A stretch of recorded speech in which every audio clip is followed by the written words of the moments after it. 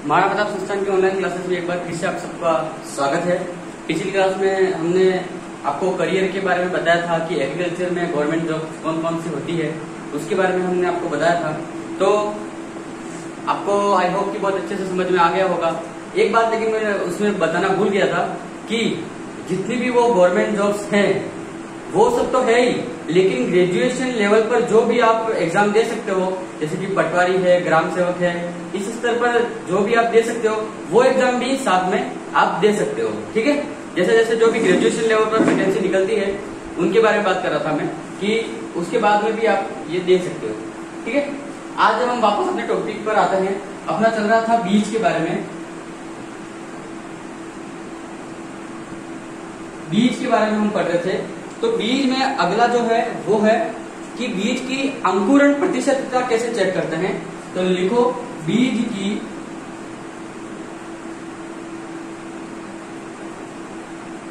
अंकुरण प्रतिशतता।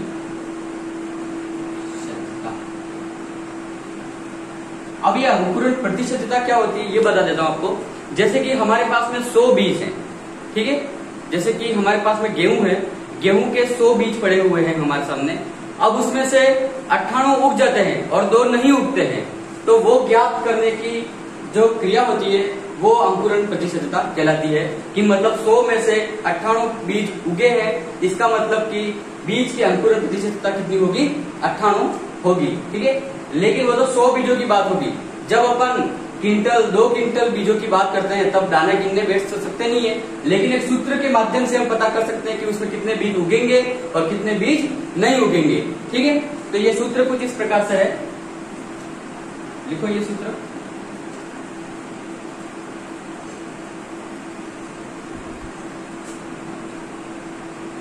बीजों की अंकुरण प्रतिशतता बराबर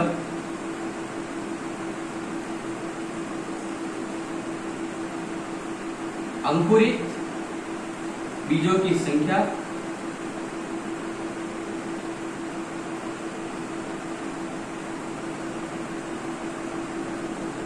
बटे बोए गए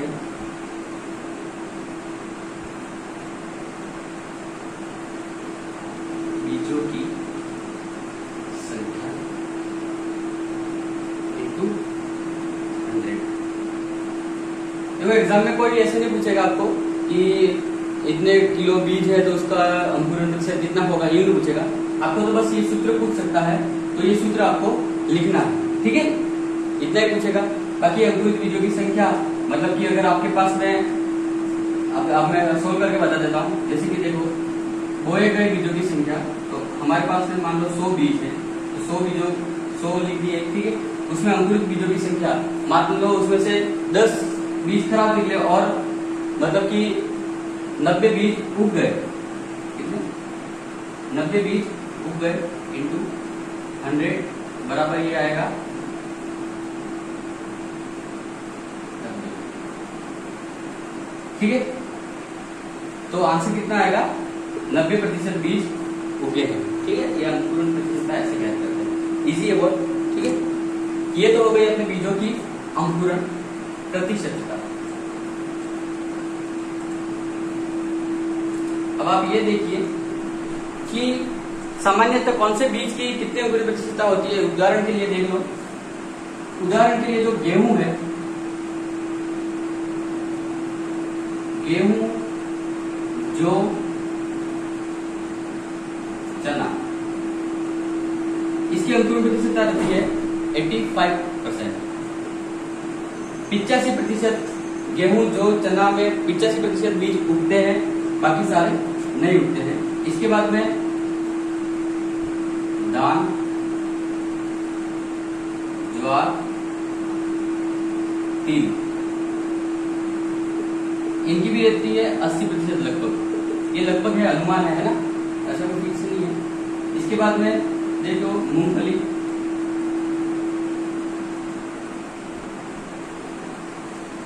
सोयाबीन, इनकी रहती है 70%। ठीक है, और सबसे कम रहती है कपास की लगभग 65%। ठीक है, सबसे कम रहती है कपास की। ये एग्रोनॉमिकल जो क्रॉप्स है उनकी बात कर रहे हैं हम, तो ये थोड़ा सा उतार लेना आप अच्छी तरह से। गेहूं 85% तक उग जाता है, जौ चना 85% उग जाता है। धान का मतलब एक बात याद रखना, धान का मतलब होता है राइस, चावल। ठीक है, तो चावल, ज्वार, तिल 80% होती है इसकी 2%। इसके बाद मूंगफली, सोयाबीन 70%।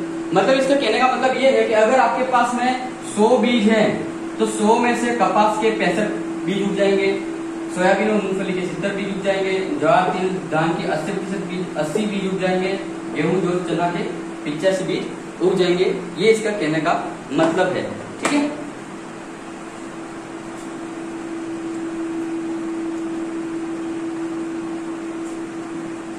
ये आपने लिख दिया होगा।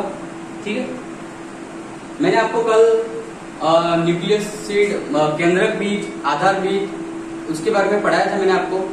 वो आप अच्छे से पढ़ना, क्योंकि ज्यादातर क्वेश्चंस उसमें से ही बैठते हैं। अब देखो, एक है वास्तविकता बीज की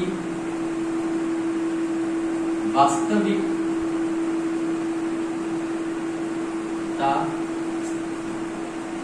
उपयोगिता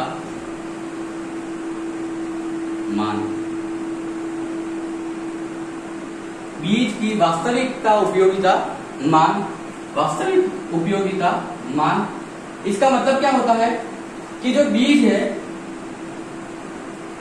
उसमें कितनी कैपेसिटी होती है नया पौधा तैयार करने की या अंकुरण की, उसके बारे में यहाँ पे है। तो इसका जो सूत्र है वो लिखो,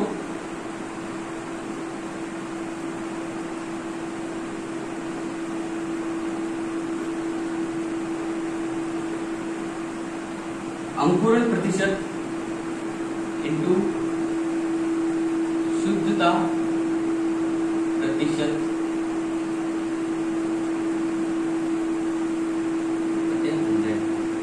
ठीक है, अंकुरण प्रतिशत इंटू शुद्धता प्रतिशत बटे 100। इससे इस सूत्र से क्या बीज की वास्तविक उपयोगिता का मान निकाला जा सकता है। ठीक है, ये इसका सूत्र है, हमेशा इसका सूत्र ही पूछता है, इसके आगे कुछ पूछता नहीं है। आपको कोई यूं नहीं पूछेगा कि इसका शुद्धता मान कितना होगा, लेकिन एक लाइन हमेशा याद रखना कि किसी भी बीज की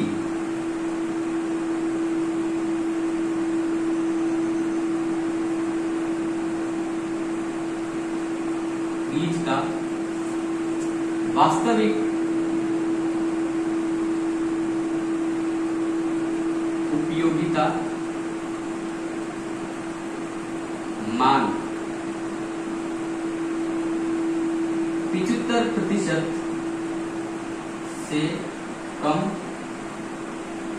नहीं होना चाहिए। ठीक है, किसी भी बीज का वास्तविक उपयोगिता मान 75% से कम नहीं होना चाहिए। 75% से अगर कम वास्तविक उपयोगिता मान होता है तो वो बीज नहीं कहलाता है, वो खराब बीज कहलाता है। ठीक है, ये है कुछ इस प्रकार से हमने आपको आज बताया कि ये वास्तविकता उपयोगिता मान क्या होता है, अंकुरण प्रतिशतता क्या होती है। तो जैसा कि मैंने कल बताया था आपको कि हम एक वीडियो और बनाएंगे जिसमें हम करियर काउंसलिंग को लेकर उसमें बिजनेस और प्राइवेट सेक्टर के बारे में हम आपको बताएंगे। तो ये वीडियो जल्दी आपके पास में आ जाएगा। आज की क्लास में बस इतना ही। Thank you very much, have a nice day.